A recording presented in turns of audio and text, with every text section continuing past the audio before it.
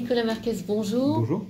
Vous êtes avec nous aujourd'hui pour nous présenter la première étude du monde sur la contribution sociale et fiscale des entreprises, où vous êtes focalisé sur le CAC 40. Pour cela, vous proposez un partage de la richesse entre État, salariés et actionnaires. Alors, qui dit partage de la richesse dit déjà comment définissez-vous la richesse que nous partageons? Bien sûr.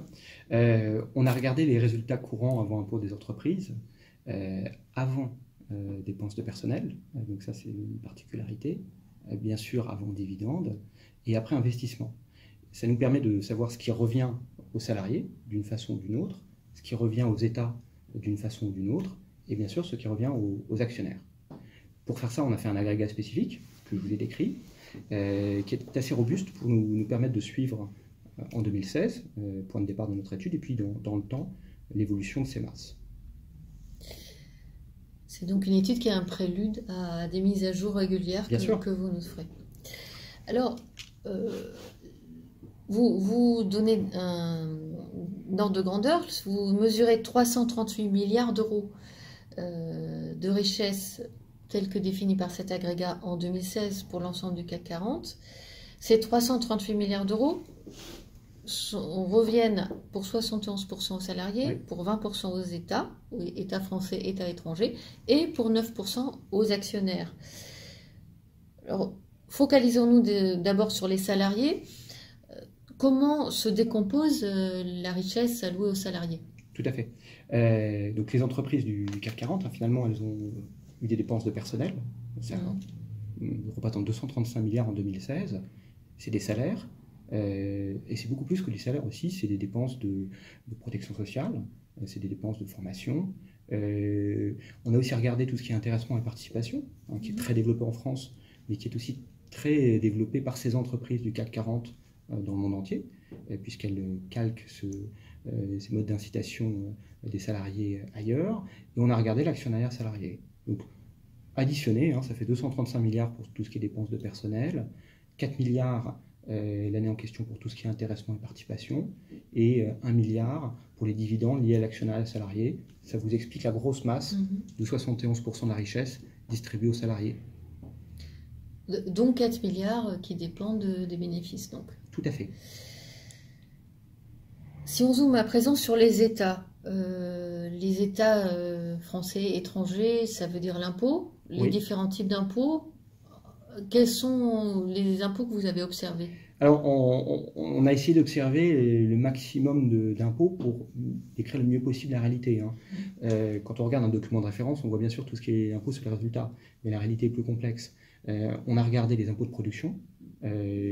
Ça représente, selon nous, 25 milliards sur le CAC 40 en 2016, en France et dans le monde entier.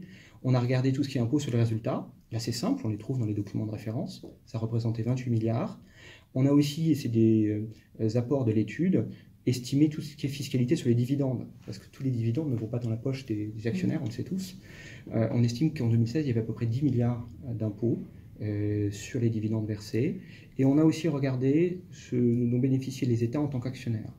La totalité, ça fait 66 milliards de distribués par les entreprises du CAC 40 aux différents États, en France et dans le monde entier, soit 20% de la richesse qu'elles ont créée selon notre agrégat.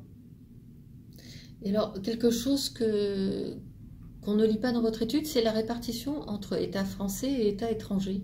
Ah oui, effectivement, vous avez raison. On adorerait la voir. En l'état, elle est très très difficile à calculer. Ça, c'est un chantier qui très important, très significatif. On sait que l'État français est significativement intéressé, notamment au titre des dividendes. Il perçoit une très belle partie des impôts sur les dividendes.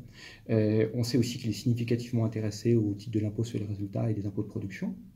D'ailleurs, la France singularise sans doute avec des impôts de production plus élevés que la norme. Mais en l'état, on n'est pas capable de faire une ventilation précise entre France, Europe et reste du monde. Une question de transparence et de pédagogie donc pour les entreprises du CAC 40. Enfin, Vous mesurez la part des actionnaires dans cette richesse. Oui. Vous l'estimez à 9% de 338 milliards en 2016. Oui. Alors, qu'est-ce que recouvre cette part de 9%? On a regardé les dividendes. Dans le cadre de cette étude, on s'est focalisé sur les dividendes.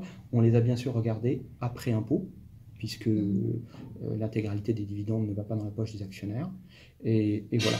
C'est-à-dire, pour être spécifique, cette partie ne prend pas en compte ni les rachats d'actions dans un sens, ni les augmentations de capital dans un autre. Non. Ça c'est hors scope, ni la plus-value potentielle liée au titre. On s'est focalisé vraiment sur l'aspect dividende stricto sensu. Nicolas Marquez, merci. Donc l'étude est disponible sur votre site. Tout à fait.